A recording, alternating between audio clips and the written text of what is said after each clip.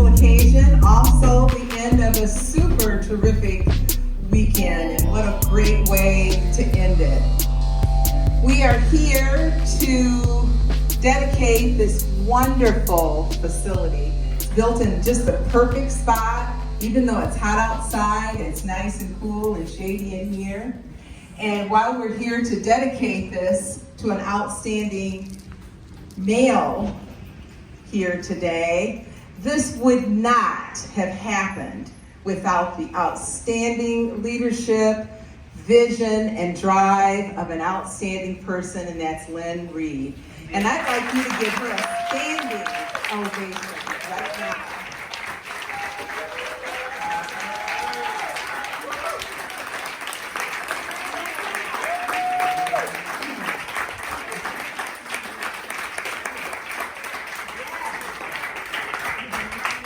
I know Lynn will be mad at me for a week, but it's okay. That's what happens when you give me the mic. Amen. So welcome. I'm so glad that you could all come out this afternoon. And we do have several speakers this afternoon. So we're going to ask that your remarks be limited to 3 minutes, and I'll be watching. And philanthropic women, a couple of us have taken over. It took about 4 of us to take over for Kathy Campbell. And I call it the Kathy Campbell Shuffle, which means I'll shuffle up closely, slowly to you. And by the time I get there, it's time for you to give the mic up. It's someone else's turn. So I'm gonna keep you on track so we can keep it moving, and we have a great picnic planned for later. And our first, we have Lynn to come up and tell you about some things that are on the table. I have teacher's voice, so I will talk from here. On the table, there are some cards that look like this. And what I'd like for you to do with these cards, there's also a pen on your table. So write Mr. Bonner a note. You can tell him how much you like him or dislike him. If you dislike him, don't sign your name. If you like him, please sign your name. And just put it back on the plate on the table, and at the end we'll collect them. If there's anybody who didn't get a card, I don't know, she's over here, and I can pass it. Okay, thank you. Okay, thank you, Lynn. Our first speaker is Harry Bonner, Jr.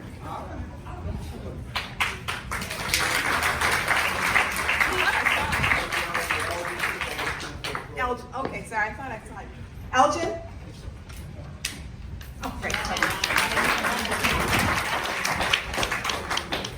No, I don't usually speak with one of those. I also have a teacher voice, although I'm not a teacher. So good afternoon, everyone. Elgin Bonner, for those that don't know me.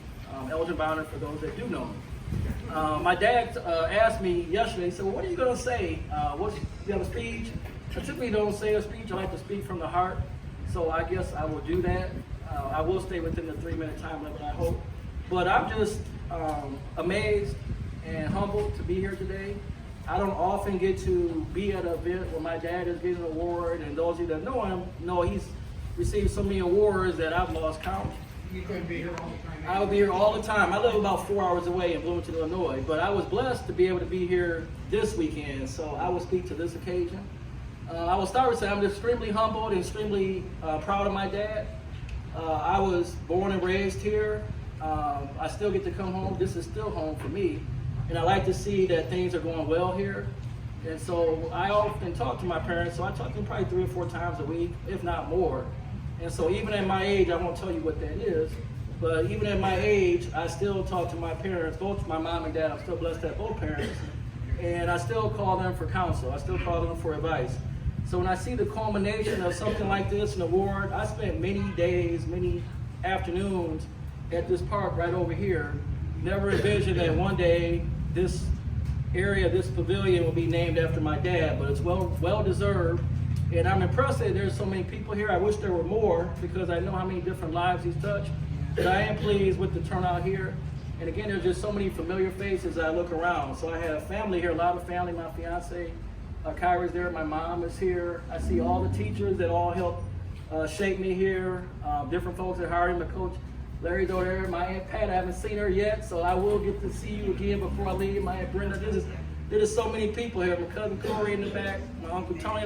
There's so many names I could name. But today is the day to talk about my dad. So my dad has instilled a lot of things in me, especially servant leadership. So I didn't follow him per se in working in the health and services field, but in my field of business, I like to incorporate a lot of the lessons he's taught me. And some of them are so ingrained in me, I don't have to think about them, I just do them. And people ask me what drives me, what motivates me. A lot of it is my dad. My dad is my role model. So a lot of people have LeBron James, they have Kobe Bryant, Michael Jordan. I have Harry Bonner Sr., who is my,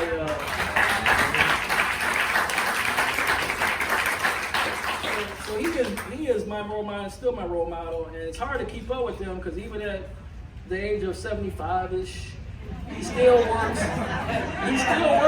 10 to 12 hours a day. So when he comes to visit me, some of you he's still talking back to some of you throughout the day to drive things. So again, I'm just very happy and humble for him to be able to be here today because again, he gets so many of these different awards. He's touched so many lives and the term of servant leadership. And so I reflect on that often. And what I would leave all of you with here, everybody, I don't care how young you are, how old you are, no matter who you are, there's still the ability to have servant leadership and serve other people and live not only a godly life, but here on earth, impress upon yourself your talents. So whatever talents God has given you, and He's given all of us talents, please utilize those talents to teach someone else, to impress upon someone else the hope and the abilities they have so they can turn around and do the same thing.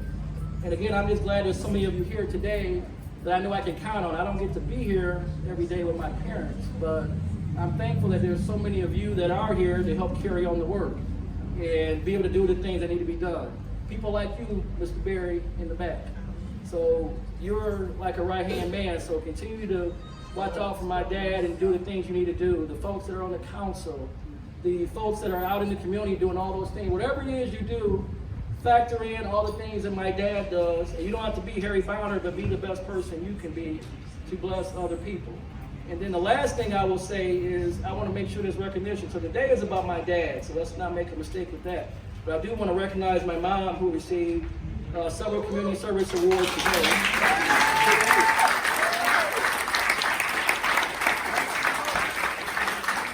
No one is successful by themselves. Behind every great person, there's another great person or other people beside them.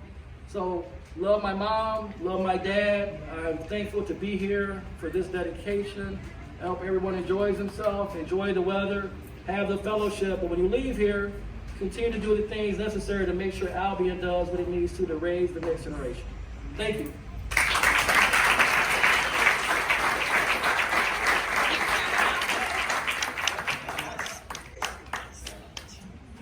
Thank you. Nothing like having your son here, so thank you very much for those words.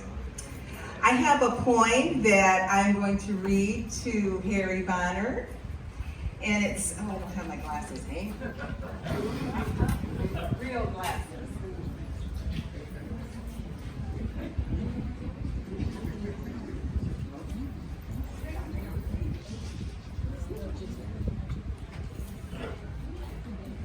Give me my flowers. Give me my flowers while I yet live, so that I can see the beauty that they bring. Speak kind words to me while I can hear them, so that I can hear the comfort that they bring. Friends and loved ones may give me flowers when I'm sick or on my sick bed, but I'd rather have just one tulip right now than a blanket full of roses when I'm dead. And our next speaker is Dr. Cheryl Mitchell-Thoreau.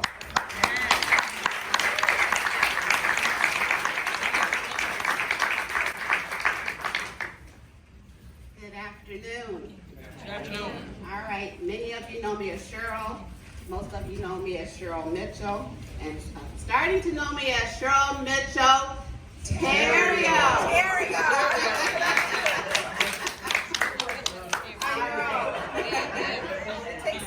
It takes a minute. That's all right. So we're here today to celebrate this wonderful pavilion and all the work that made it possible. And it started with some conversations. And, I came here, I think it was in 2014. and Harry Bonner and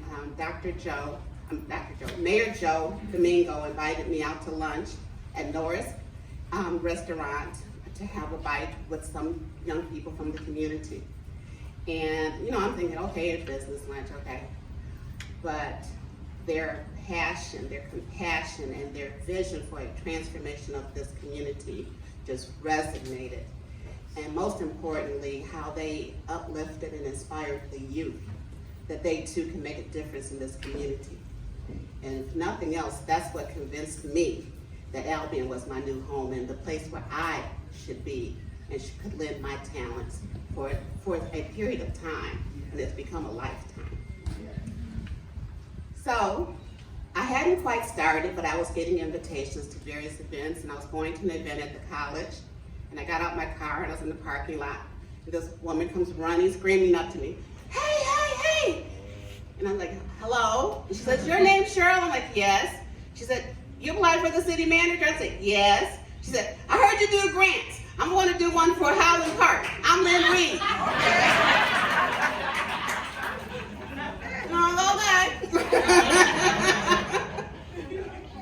I'll see what I can do. And she introduced me to Dr. West and Leslie Dick, who are so truly our local historians and who have captured and made certain to preserve the history of this rich place. And as I'm having conversations over the weekend, there's a lot of things going on. And, you know, 3 words came to me: chaos, creativity, and community. You know, there seems to be constant chaos, you know, things stirring. You know, sometimes it's in a good direction, and sometimes it's going counterclockwise. You have to figure out what's going on. But out of that always comes creativity. You know, there's ideas, there's, you know, things are generated, there's new birth. You know, when the forest burns down, you know, the ground is blackened, but it becomes enriched because of that, and new growth becomes because of that.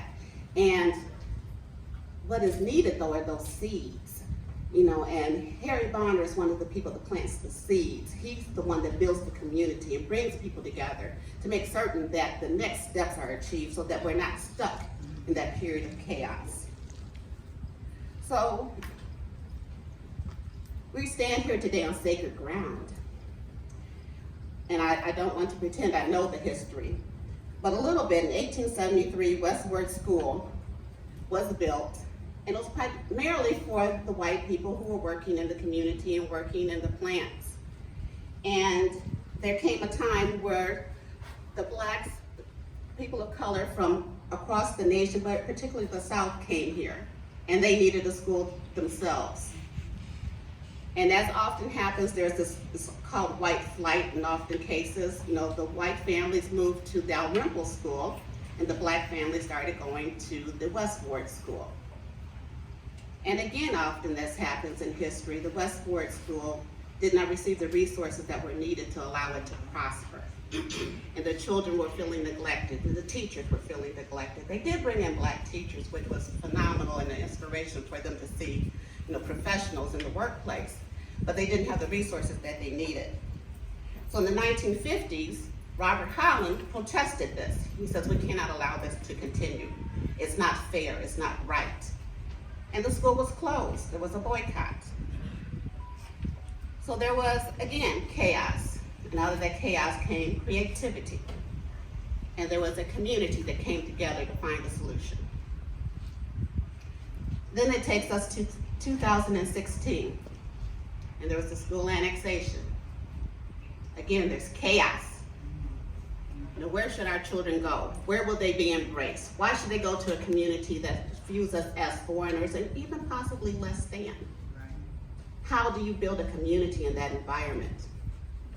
But people came together. It wasn't easy, but there were people like Harry Bonner who made certain that the children were okay, while the adults are having some difficult conversations. So sometimes you have to have some difficult conversations. And now, then we come to 2018 and the Firekeepers Grant.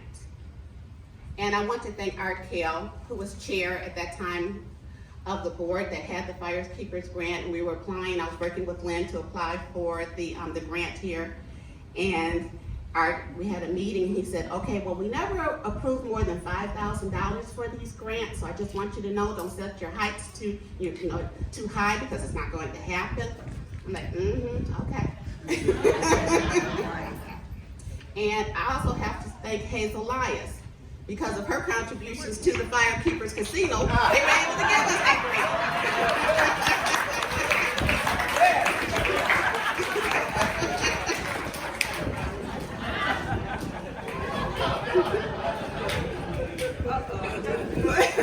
But Lynn Reed put together some kids, and we all remember the signs where they had transformation. The transformation of this place, the sacred ground. They wanted to see a place that they could be proud of and enjoy, and we have that playground. But we had the funds, but we didn't necessarily have everything we needed to make this happen. So what happened? The community. The community came together. We had a community build that brought hundreds of people from across the nation here to make that playground happen. And I want to thank each and every one of you because we all played a part. You gave them places to sleep, places to eat. We made it happen. We made it happen. Out of chaos became creativity, and it was possible because of community. So I know I'm running out of time, but I want to leave you with something because I wanted to look up the word pavilion. One, because I always spell it wrong. I spell it with 2 L's. So one of the places I found a definition was in Psalms 27, verse 5. It says that in time of trouble, God shall hide me in his pavilion.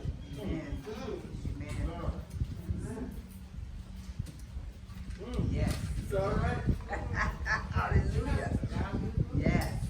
And in this sacred place is his tabernacle. He shall hide me up on his rock. Yes. Psalms 31 verse 20 says, God will hide us in secret from the pride of man. Because right now we're experiencing too much of an individual's pride. Come on. And not a focus on what's best for the community. Amen.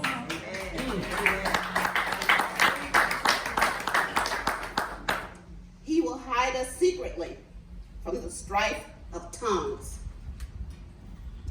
How many people are hearing things that are not productive, that are not positive, that are not bringing up the community and bringing us together? So a pavilion is a tent like a domed building under a single roof. We come together here today under a single roof. It's a large, stately tent. It resembles a butterfly. A butterfly reminds us of freedom. Large and stately reminds me of Mr. Biden. So Psalms 27:15, also called the Psalm of David. The word tabernacle is a Hebrew word that means tent or dwelling place. So Mr. Bonner, Dr. Harry Bonner Sr., I want to thank you for building a community, giving us all a safe place, giving the youth a shelter, and the knowledge that they too can give back and prosper and grow and be the seeds for the next generation. And in very closing, I have a token of appreciation for you and for your substance abuse prevention services because of the great work you do, and I want to continue to support those efforts. Thank you.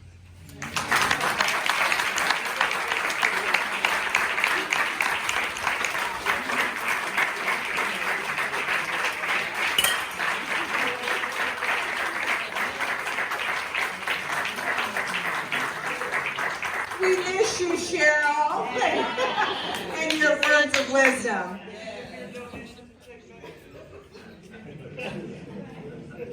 Harry, we read that poem because we are going to give you your flowers while you yet live. Each speaker will have a flower and there's a vase behind you. And when you leave today, you'll have a beautiful bouquet from all the leaders that are here today speaking on your behalf.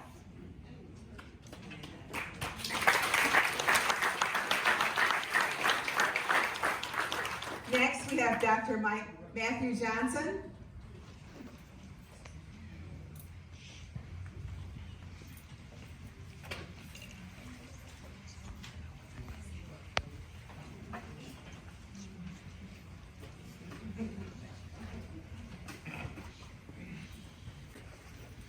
Thank you all for being here today. Thank you, Harry, for being here today. Harry is the ever-present member of our community.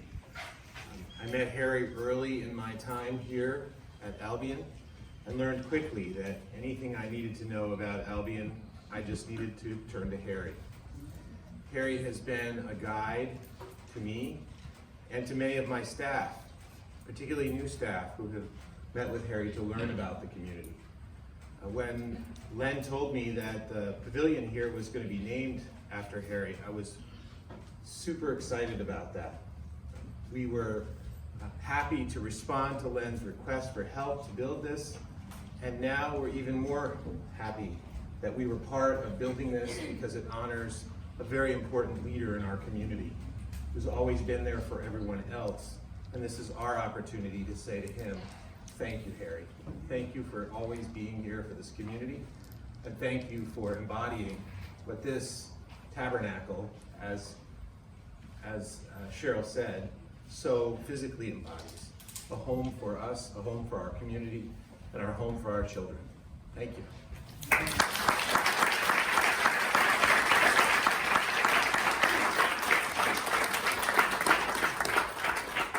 I think you know, but I failed to mention that Dr. Johnson is the president of Albion College. I apologize.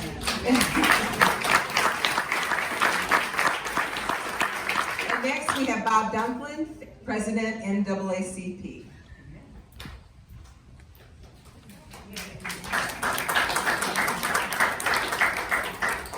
It's going to take me longer than 3 minutes.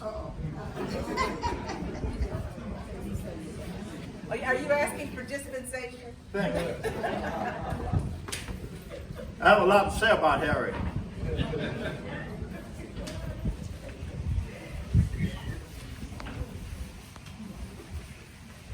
I want to thank all of you for coming out today.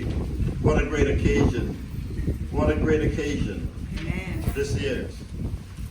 To Mr. Bonner, the Bonner family, thank you. Harry and I have been collaborating for many years now. Thank you, Lynn, for this opportunity.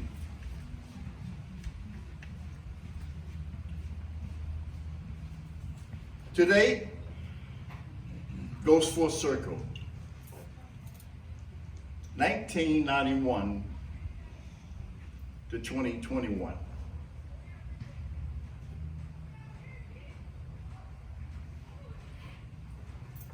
A little history. Harry, you may not remember, but some time ago, you shared some documents with me that I'm going to share a few today with the community.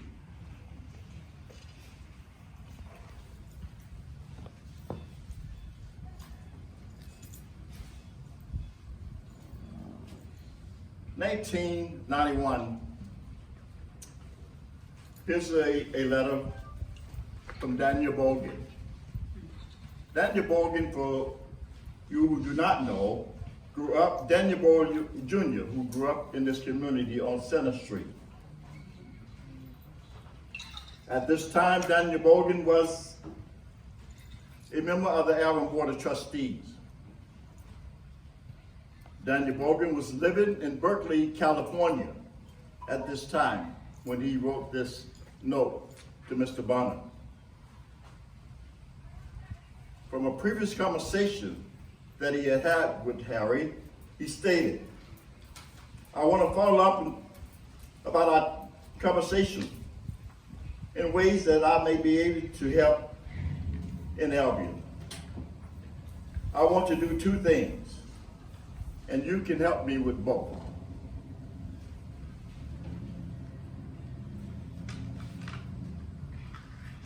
I would like to be able to talk to the young people in Albion about the possibility of the professional world and the world so hard for them to reach their goals.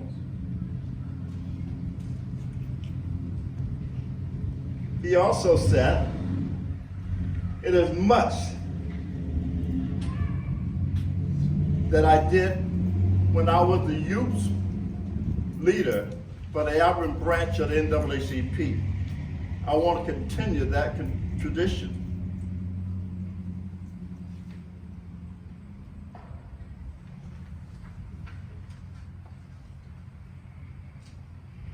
August 1986, it generated what we called back then the Black Family Reunion from that conversation. From that conversation, it generated a conversation about family, a Black family reunion here at Holland Park. That was a 7-day event that took place. For those of you who do not know, it went on for 7 days in this community, brought people back to this community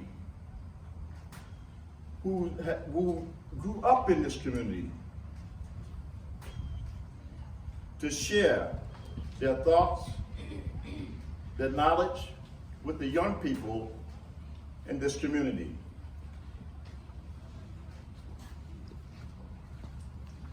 So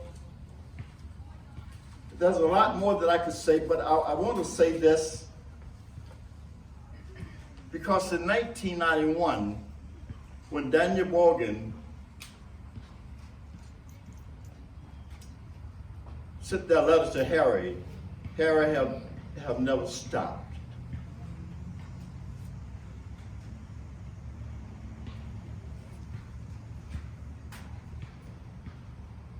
Harry, we celebrate today because this provision, and the reason I say that, it brings it full circle in a way of connecting this whole thing is that 1991, Daniel Morgan Jr., he was a trustee at Albion College. Today, we have the president of Albion College who stepped in to help erect this pavilion.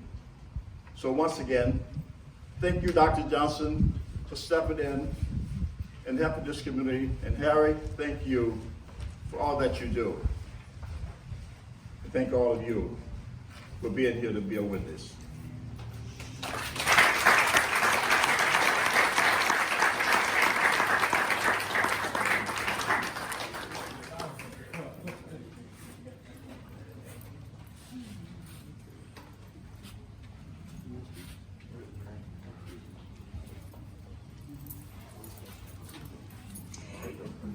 Thank you, Bob. And now we'll have a song from Marquetta Frost, singer extraordinaire.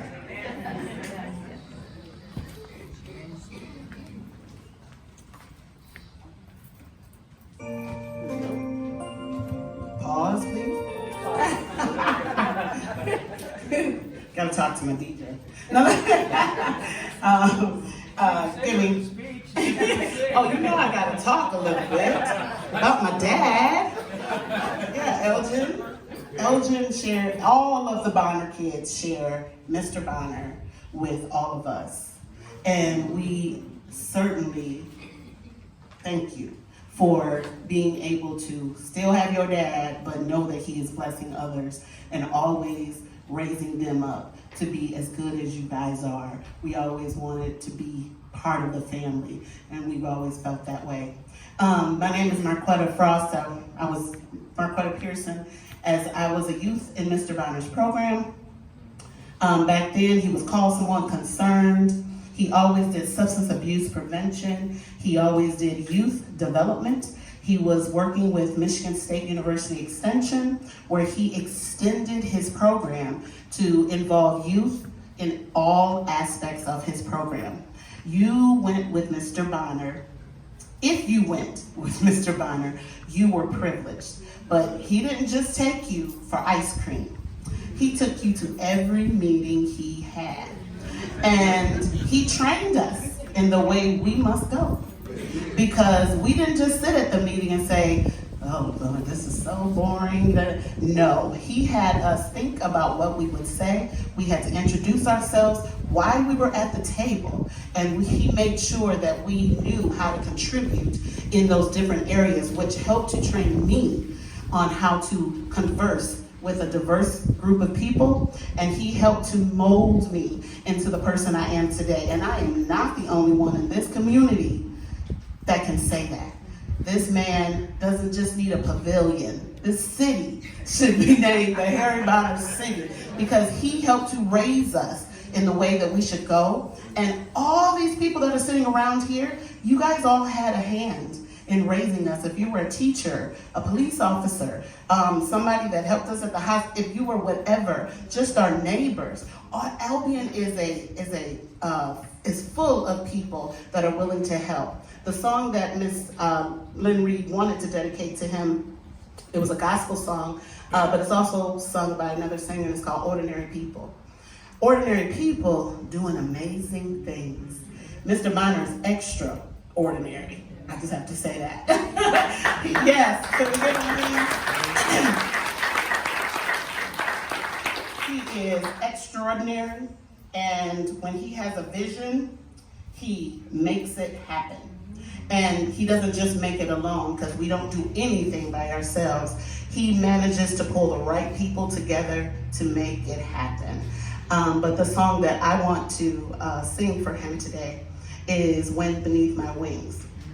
He is a hero to not just my generation, but generations to come and people that are sitting around this table. He has blessed us, and Ms. Bonner has blessed us with so much over the years that there's nothing we could hardly say to make him feel like he should.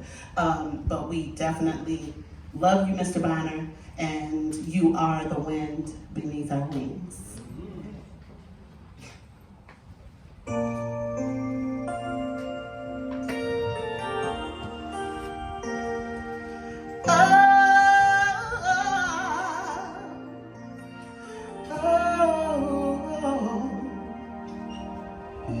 It must have been cold there in my shadow to never have sunlight on your face. You were content to let me shine, that's your way. You always walked a step behind me. So I was the one with all the glory, while you were the one with all the strength. A beautiful face without a name for so long. A beautiful smile to hide the pain. Did you ever know you're my hero? You're everything I would like to be. See, I can fly higher than an eagle, but you are the wind beneath my wings.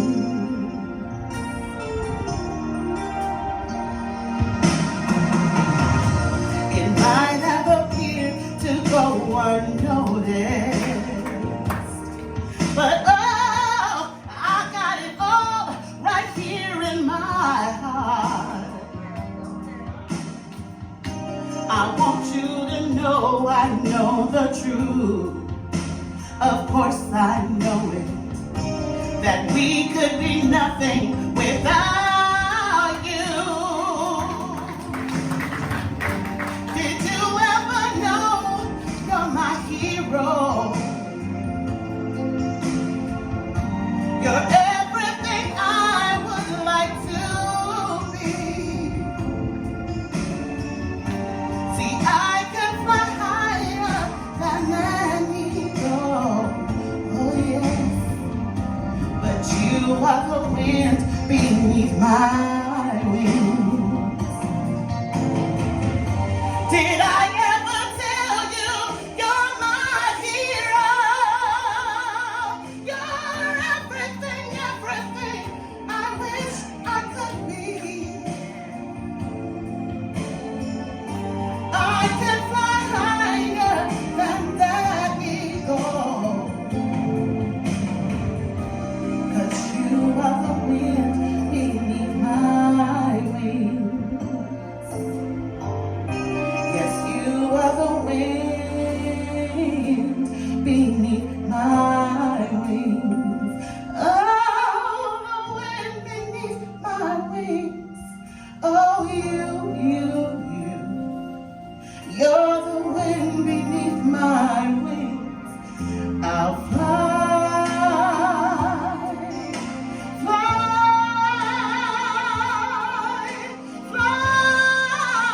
away. You let me fly so high. Thank you and you. You're the wind beneath my wings. Bless is you. Oh, you're the wind beneath my wings. Fly,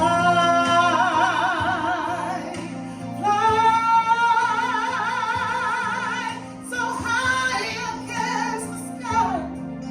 So high I almost touch the sky. Thank you,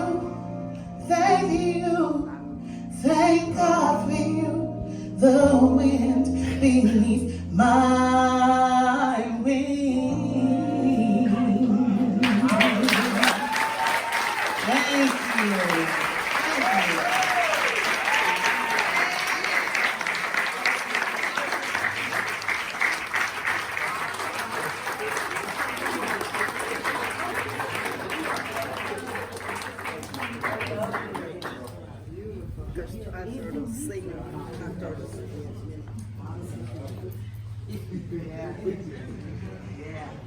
Yeah. I always get chills when Marquetta sings. Such a beautiful voice. And a perfect song, perfect rendering. And now we'll have Harry's biography from a beautiful young lady, Miss Atia Artis.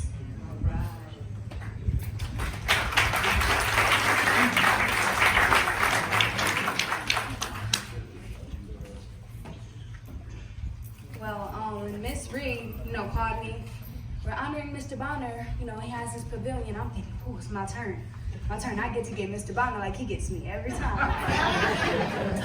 Not knowing I was actually reading his biography. But after going through it, I realized there's not much out of this that I couldn't say myself. He guided me to who I am today. I was one of those kids who was, in the office every day, ISS, OSS, not really knowing where it was stemming from, but I just knew I was there. He came to the school when I was working with Miss Amos in trouble. I was in trouble.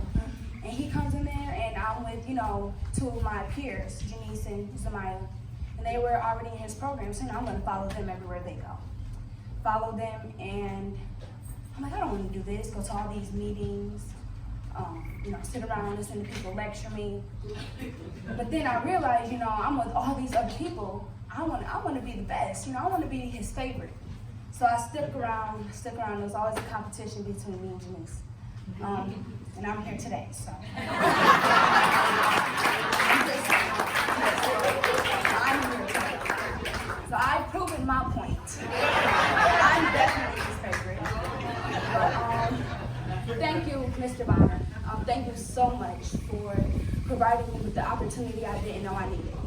You brought me so far. I didn't think about college. I've come from a strong single mom household. Don't get me wrong, but I just always knew I would have to work harder. But you know, he's opened my eyes. The harder you work, the more opportunities you will receive. And I received plenty, all thanks to him. But that's it, and I'll get to know Mr. Pavilion. And he thinks he's the stuff now, y'all. It's gonna be my turn next. To many of the youth who grew up in the small town of Albion, Michigan over the past 40 years, Mr. Bonner was their mentor, their champion, and their hero. Harry sets his radar on children of color who may be in an at-risk situation at home, often without a father figure in their lives. He gently pulls them into his world, a world of hope and for a successful future. Mr. Bonner moved from Tennessee to Albion with his family when he was 4 years old as part of the second Great Migration of African Americans seeking job opportunities in the North. After graduating from Albion High School in 1965, Mr. Bonner worked for the local corn and glass plant until it closed in 1975. Upon the advice of his great uncle, Mr. Bonner enrolled at Kellogg Community College and decided to find another job as well. He happened to be at the high school for an interview when the principal, Walt Nichols, who was looking to hire a hall monitor. What Mr. Bonner saw that day changed his life forever. Kids were in the hall attacking each other. It turned out that he knew some of the kids from the local basketball court. He approached them and broke up the altercation. He was then, rather than applying for a job, he was offered. It was in that position that Mr. Bonner found that he loved working with young people and found ways to develop meaningful relationships with them.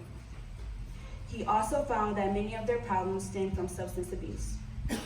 Eventually, he was coaxed away from the high school to become assistant director of the Albion Drop-In Center, which was in partnership with Albion College and provided crisis intervention services to the community.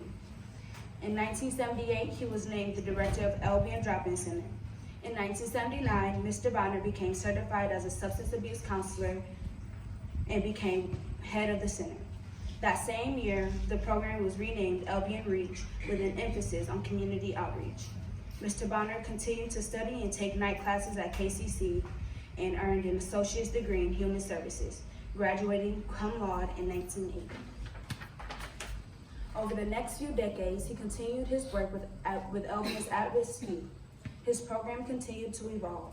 REACH became Call Someone Concerned, which was renamed Minority Program Services, and today operates under the umbrella of Substance Abuse Prevention Services.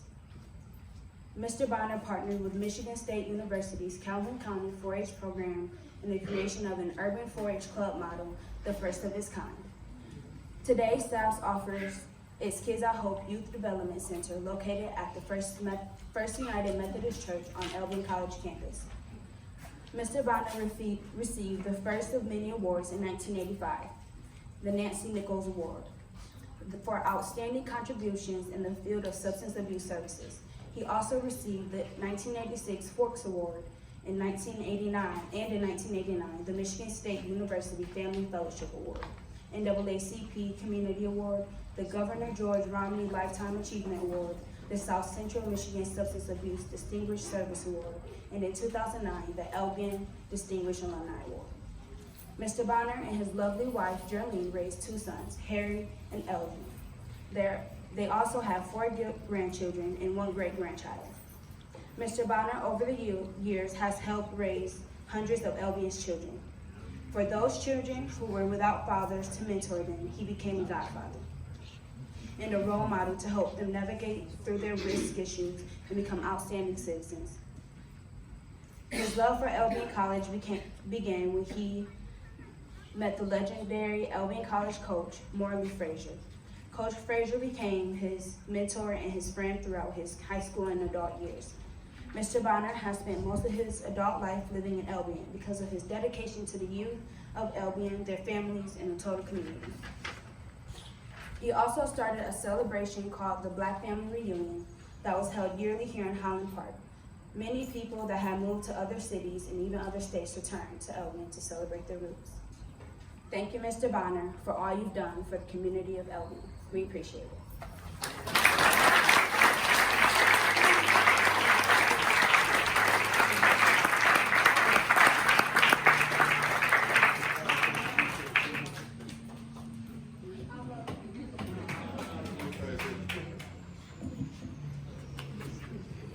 Beautiful job, Atia. You keep going. Keep that attitude too. I love it. Next, we have Miss Andrea Armstrong.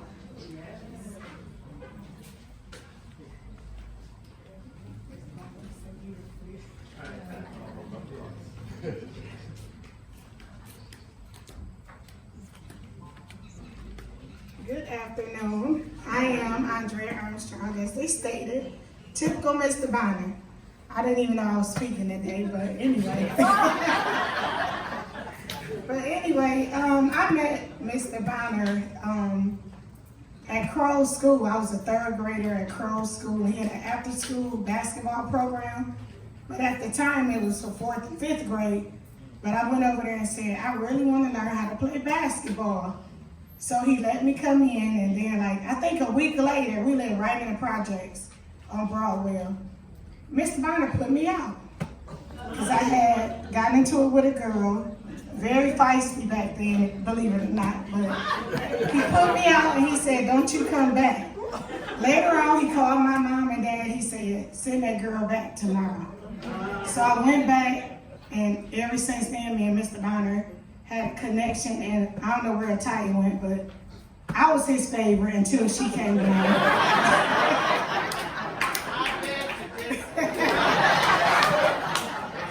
So Mr. Bonner has been a very important part of my life, and I have my parents, but everybody used to ask, Bug, how did you get to be a Mr. Bonner? You got a daddy. Like, they kept asking me that, and I was like, I don't know, maybe I'm special. But Mr. Bonner has been pushing me to do things like, right now I'm a teacher, which I never thought I'd be a teacher. I want to be a secretary. But Mr. Bonner was pushing. Bug, you got to do something. I had kids, and Mr. Bonner still was on me about, getting my education. Even in basketball, my high school career, I never remember, Mr. Bonner was at every game. He paid for every basketball camp me and a couple of my friends went to. So Ms. Bonner and Mr. Bonner, thank you. And Mr. Bonner, I really appreciate you. You're my godfather, but Mr. Bonner always said, reach one, teach one. Meaning, if you want to reach one child, you're going to teach them. And I instilled that in me today about being a teacher. As long as I reach one child, I know I have did something. And Mr. Bonner, thank you for letting us be a part of this community. And like Marquetta said, sitting us at the table with very important people, you had to talk. We at Michigan State, he said, now you gotta say your name the proper way. Hello, my name is Andrea Armstrong, but doing that has even taught me how to speak in the community, because I didn't like to speak in front of people. But everywhere I go, I say I'm from Albion, they say, do you know Mr. Bonner or Junior? Either one. I'm like, yeah, I know Junior, that's my brother, but Mr. Bonner, my godfather. But everywhere I go, in Bell Creek, wherever, they say, do you know Harry Bonner? So Mr. Bonner, again, thank you for all the work you have done. Even, what you instilled in me, my kids, the people of the community. Thank you so much, and we need another Mr. Bonner. So thank you, and I love you, and I appreciate all what you have done for this community. And what a better way to have a pavilion right here on West Warren, where all of us, this is where I spent most of my time when my mom and daddy went fussing, saying, where they at? Gotta be in before the lights come on, the street lights come on. But we was up here every day at that park, playing with the boys, me and my friends, hooping. So this is a good spot for this pavilion where Mr. Bonner show up at the park. Like most people, they say I'm working in the community, but they don't show up where the kids are. See, Mo, he do show up, but Mr. Bonner was, wherever we is at, Mr. Bonner was right there. So thank you again, and I love you, love you, love you.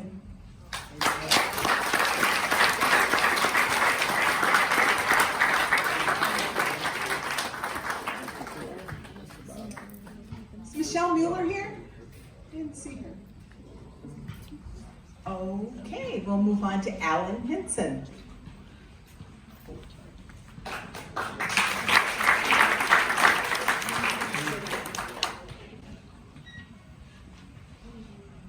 When Lynn called me and asked me to talk about Harry, I wasn't sure what I could say.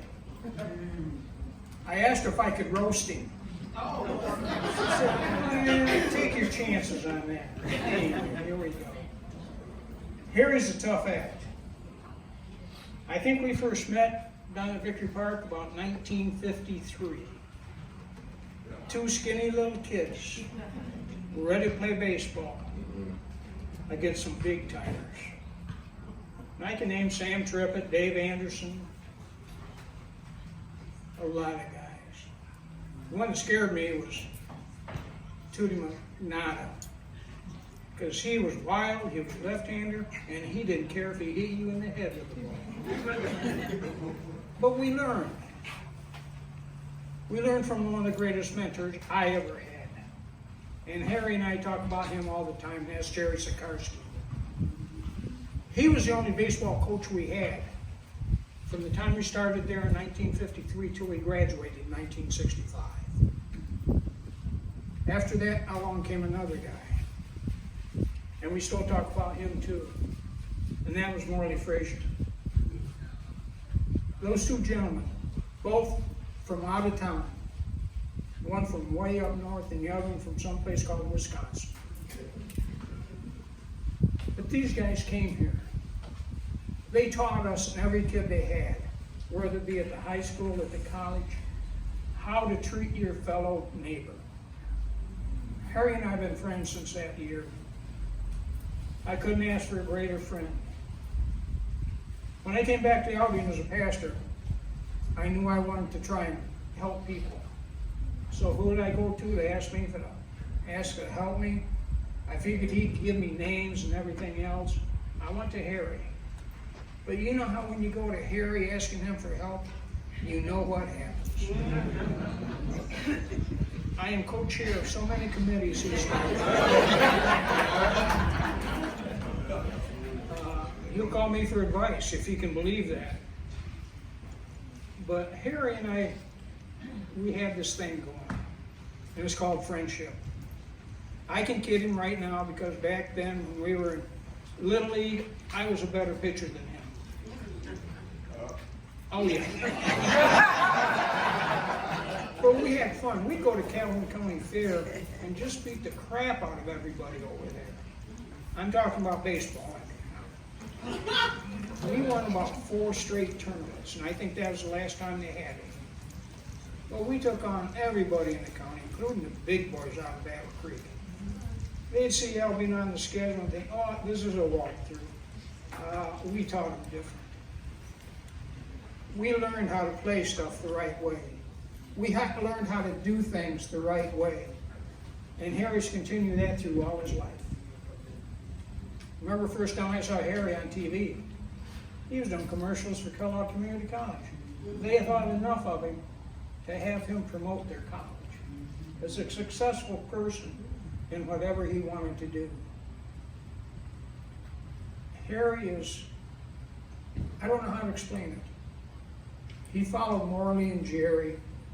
He became a mentor to about every kid you can see around here. Everyone. He teaches them the right thing to do. And they're all his godchildren. There's no doubt about that. Now I just think about it with Elgin and Harry Jr. and stuff. You guys were lucky to have him. And Geraldine too. She's right there supporting everything. Her and my wife have become friends. And we're going to have you over for dinner some night for liver. Not Harry. Harry does not like liver. He said, no way, no side. But we'll get you up there. But I can think of all things to say, but the people up here before me have said pretty much it. Harry Bonner is Mr. Albion. He has been. He will be. And I know he'll be active until he can no longer do it, which is a shame. But after I seen some of his kids that have been up here, I don't think we're in any trouble. They love him. They love what he did for them. And I can see them doing it now, even on some of the stuff we talk about, that their kids are coming up the right way too. Albion's a great place to be. I told people I lived in the wilderness for 40 years, because I lived in Homer. Sorry, Eric, that's the way it is. Where's your cowbell when you need one? Well, my mother still lived here. I came back, I was one of those guys in the black and white striped shirts you didn't like. But I loved coming here to Albion. I knew what the basketball team was doing, because that's the same thing we did back in high school. We knew what plays you were going to run, so as a referee, we just watched the other team. We knew where you guys were going. But Harry, in spite of all the changes here in Albion, he's been the one consistent example, the one person that's been consistent for those 50 years, 60 years. I don't want to go too far because I'm going to tell mine and Harry's ages. But he is older than I am, I can tell you that. But Harry, you've been a lifelong friend. I've enjoyed being with you through this walk. I'm glad I talked to you about what I could do, and I'm glad you showed me and welcomed me to be on whatever you needed done for the city of Albion. Thank you, Harry, very much.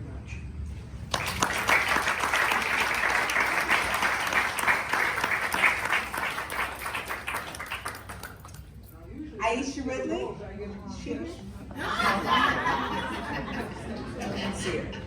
Okay, Bob Dunklin wanted to return. He had a brief comment to make.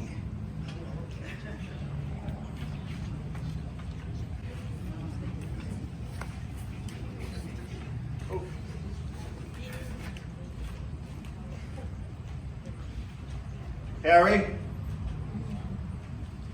the next reunion will not be a black family reunion. It will be a reunion for this community under the Bonner Pavilion. And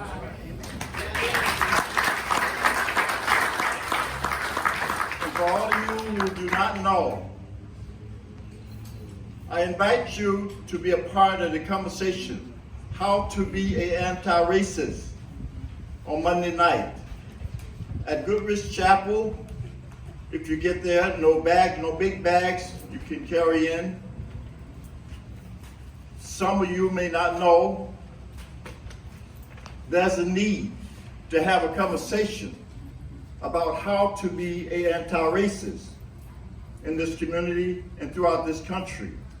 If we can get it resolved here in Albion, then we can spread it across this country. The NAACP is working with a couple of students from Albion College to have this discussion. So please join us. If you can't make it into the Goodrich Chapel, you're able to go to the Bone Theater. It will be streamed live there. So please come out and join us. If you'd like a copy of this book, please talk to me and we can have a discussion about how you can read this book and let's talk. Thank you.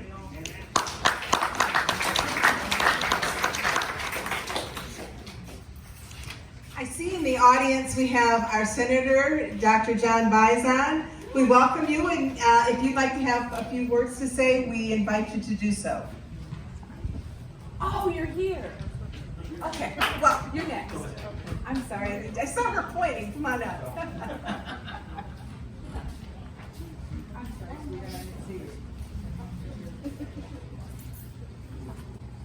I have to admit that this is going to be brief. I was not anticipating saying anything this morning, but I heard that Harry was being honored, and it was only yesterday that I got that information. So I changed my plans around a little bit, and I just need to say congratulations, Harry. Looking forward to continuing to work with you as I am with all the rest of the community out here. I have to apologize because I will be leaving in a couple of minutes. I still have a couple more meetings before the end of the day. So thank you for the invitation. Thank you. Well, thank you for coming. It's always great to see our representatives here with us. And now, Miss Aisha, please come back.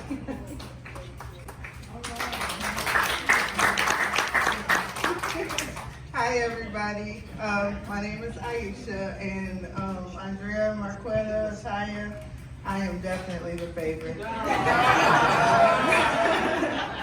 I started out in junior high in Mr. Bonner's program. When I graduated from high school, I was like, yes, no more meetings. Then I went to KCC. I had a class with Miss Vivian Davis. And she says, Aisha, you have to do an internship. And I'm like, I already work, I don't have time for that. So she was like, well, call Mr. Bonner. So what was supposed to be a 100-hour internship turned into 10 years. I am currently the Director of Community and Administrative Services. All those emails you get probably come from me. Those letters and programs and all that stuff, yeah. But I'm not really out, so I'm a behind the scenes kind of person. I would just like to thank Mr. Bonner for pushing me. I've never been a public speaker. He has me doing things that I've never done. He trusts me to write hundreds of $1,000s worth of grants, but some kind of way they always get approved. So thank you, and I just want to say thank you, Mr. Bonner, for being that person for me, for my kids. Ms. Bonner, thank you. Just let me show up at your house. To the kids, thank you for sharing your dad with me. I appreciate him. I appreciate all that he does and tries to do for Albion and all the communities, I should say. But I am grateful that that 100-hour internship turned into lifelong lessons and just being able to push myself to do more. So thank you, Mr. Bonner. I love you, and you know, like having that access to you is very important. So thank you again.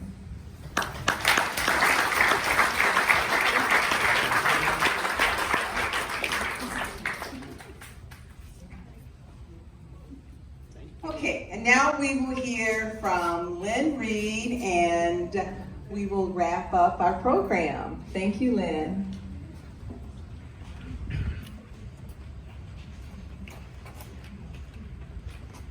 Hi, everybody. Thanks for coming. First, I have to apologize because I did not, I had Dr. Faison on the list, and I tell you, things got to moving so fast with me, I forgot. And then yesterday I saw him, and I said, that's it. And so I asked him if he would please come today. And I do appreciate you taking the time, Dr. Faison. Thank you.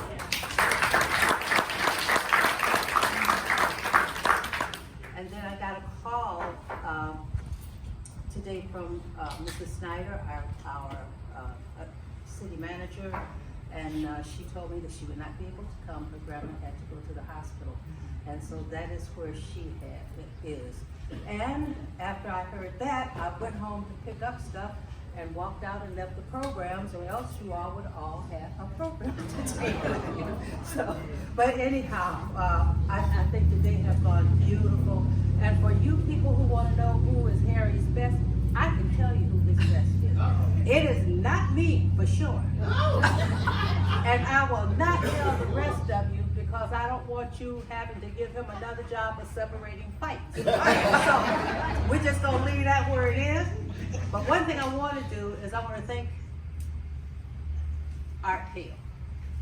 Art and Rich Lindsay were very instrumental in helping us get things started here in Holland Park. Ms. Mitchell gave it just like it was, because when we first started out, I called this Lynn and Harry's road trip.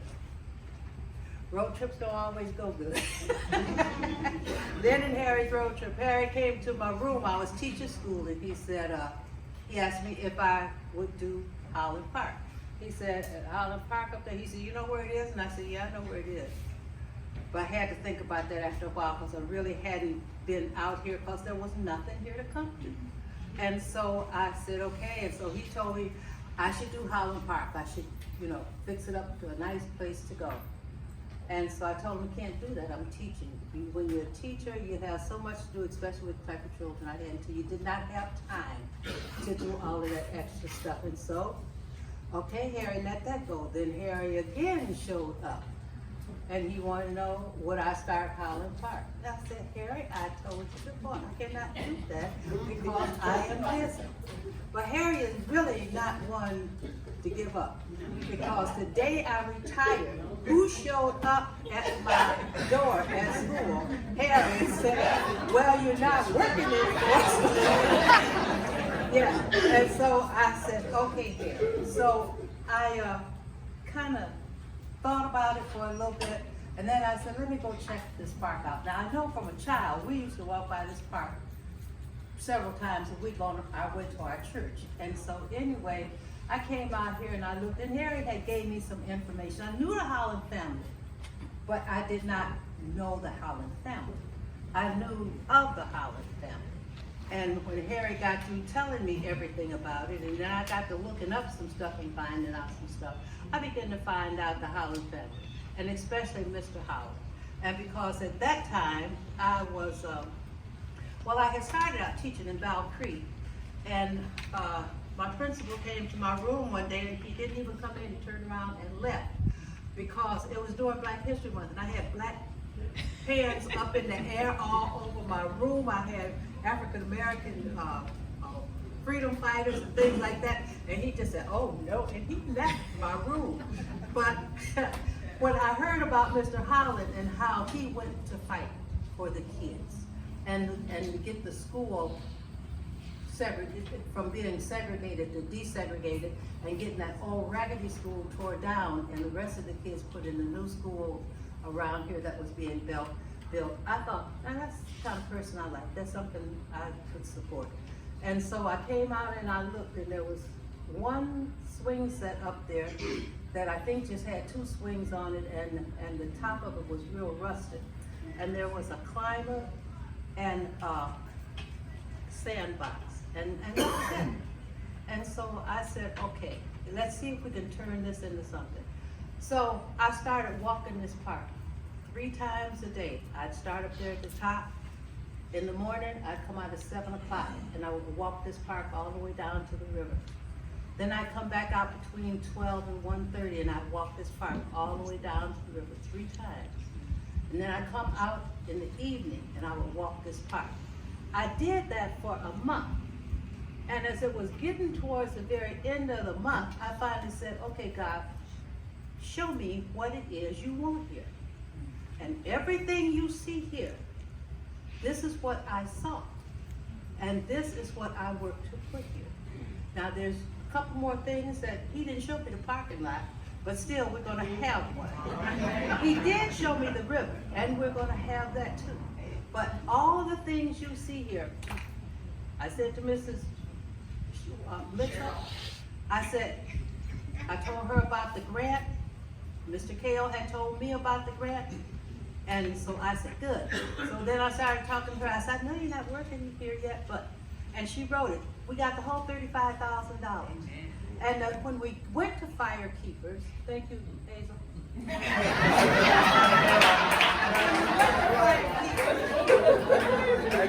took a group of Harry's kids with us. We got them out of school, we took them with us. And when the kids got there, and I got it back there, the big old pink sign that says Transform Holland Park, that's the first sign we made. And when we got to Fire Keepers, the people who were on the board got up, came down, and shook the kids' hands. I thought that was the neatest thing. In fact, it almost put me into tears because the kids thought it was really nice. They were just smiling, and the guys came and the ladies came down and shook their hands. And so we got that grant. Then after we finished with the Naperville Church came up, and they helped. There was a gentleman, a young man going to Albion College, and his dad was the pastor of a church in Naperville. And he talked to his dad, and his dad said they always did a summer project, a free, we'll come and work for you project. So that's what happened. They came down here, and I mean, it was 3 truckloads and a little bus, and they brought all the tools that they needed. They put up the kids section up there. They helped all around Albion to do work at people's houses, and it was just really, really fantastic.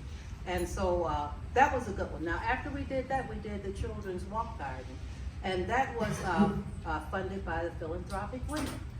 At school, when I was teaching, there was a walking garden outside my room, and at that time it was annoying because the kids would have so much fun walking it until they'd be laughing and everything. I had to go close my windows.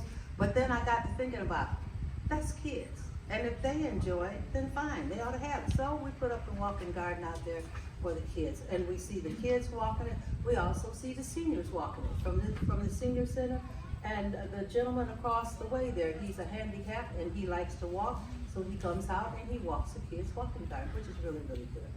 All right, then our next one we put up was the senior workout machines over. This is an intergenerational park. If you read the signs when you came in, the welcome to Holland Park and the generational park is something here for everybody. So we put up the workout machines for the seniors. And I went to the seniors and I talked with them, what would you like? We got the books, we looked through. Then they sent me up to the chiropractor, Dr. Tazzy, to get it approved. He said, if Dr. Tazzy says we can have it, we can have it. If he says no, we can't. So Dr. Tazzy, he went through, there were some things that he marked out. There were some things that he marked in. And so therefore we got the senior section done. And the next one came up with the teenagers, because I feel it's very important in a community to make sure that the teenagers have something to do, because they can find things to do that you wouldn't want them doing. And so therefore, if you give them something to do that's positive, that's a whole lot better than not. So we put up the teen section, and you come out through here, you see a lot of teens on it, but you also see some older people on it too.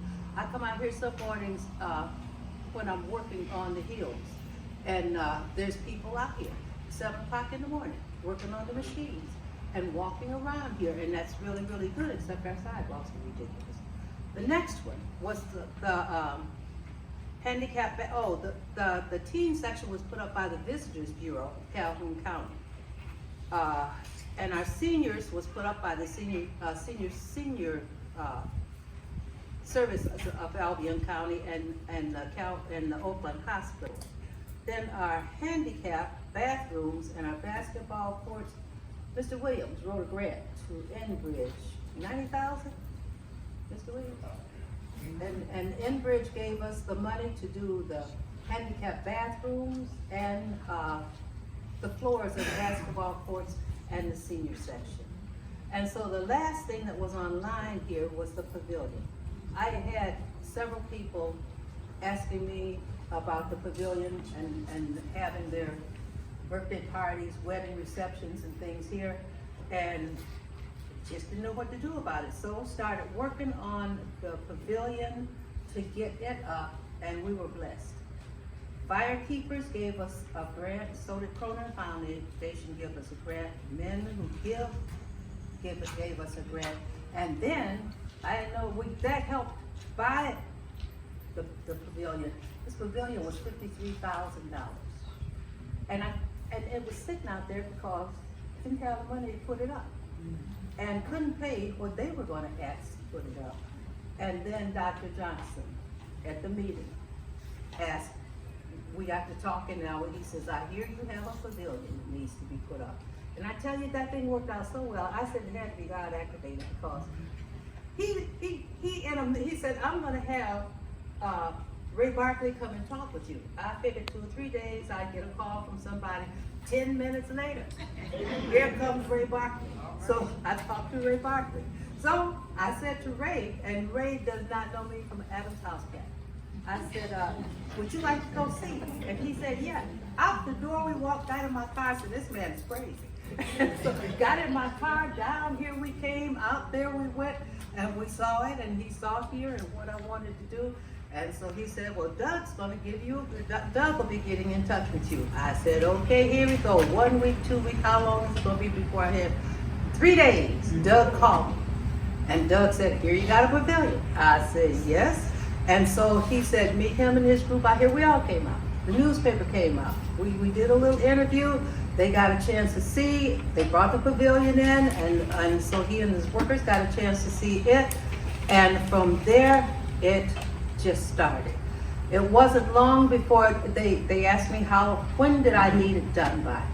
And I said, can we get it done by Juneteenth? And see, this was May, it was in May. And I said, can we have it done by Juneteenth? I said, how about the 16th of June? I think they got it done the 14th of June. Because I wanted to have it in time for Juneteenth, and then it rained and we still couldn't do anything out here. But I tell you, those guys came out and they were just really, really nice. And they were just busy, and I knew they were from out of Albion. So I said, I'll help them out so that they don't have to sit up at McDonald's for 45 minutes waiting to get a hamburger. So in the morning, I bring them water and stuff like that. And then at lunchtime, at 11:30, I bring them out lunch. And I tell you, in 6 days, it was either 5 or 6 days. Look at this. Beautiful. And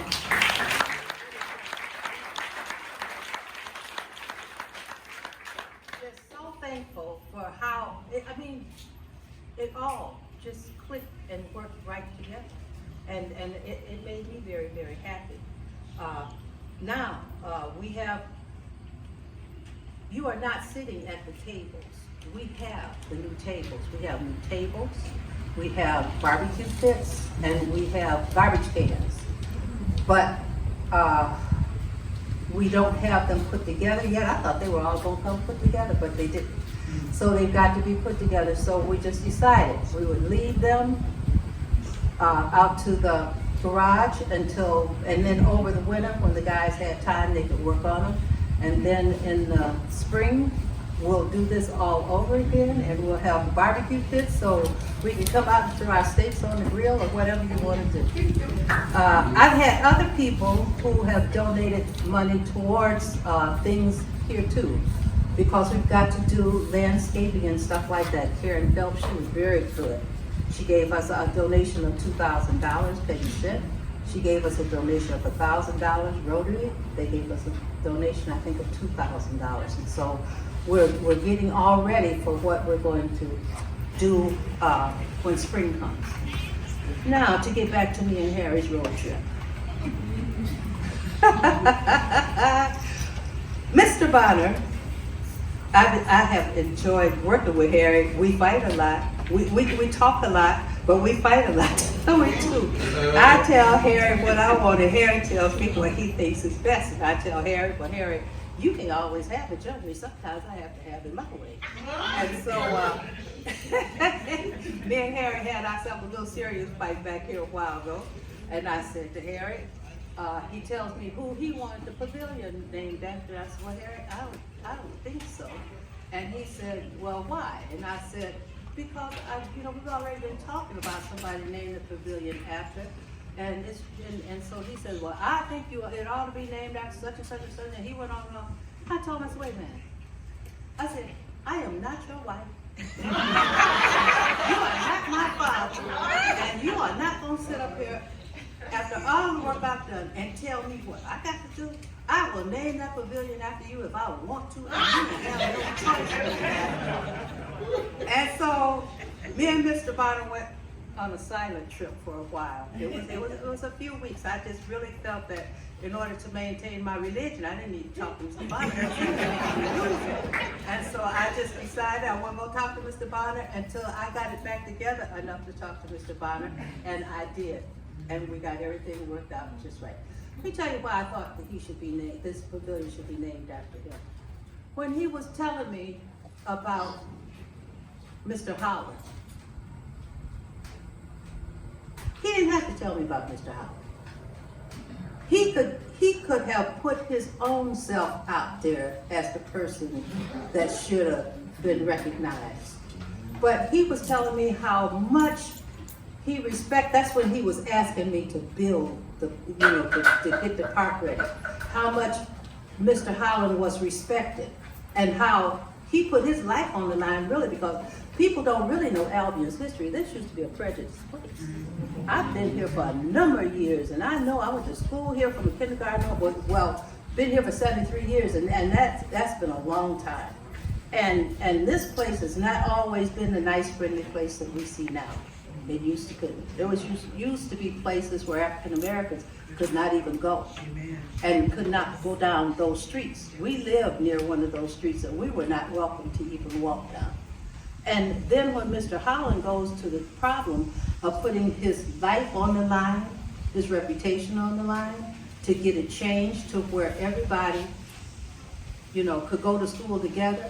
Then when I read about the 2 children that got killed coming across the railroad track, hit by a train, trying to get here to school, I said, he's worth recognizing, And so I decided then, yeah, Mr. Bonner, you won that one, but I'm gonna win this one. And so, as you can see, we now have a pavilion that's going to be named after Harry Bonner. Now, if you would please, Wes, get that in. And Louis, would you get the other end of that corn, please? Wes, would you get that in?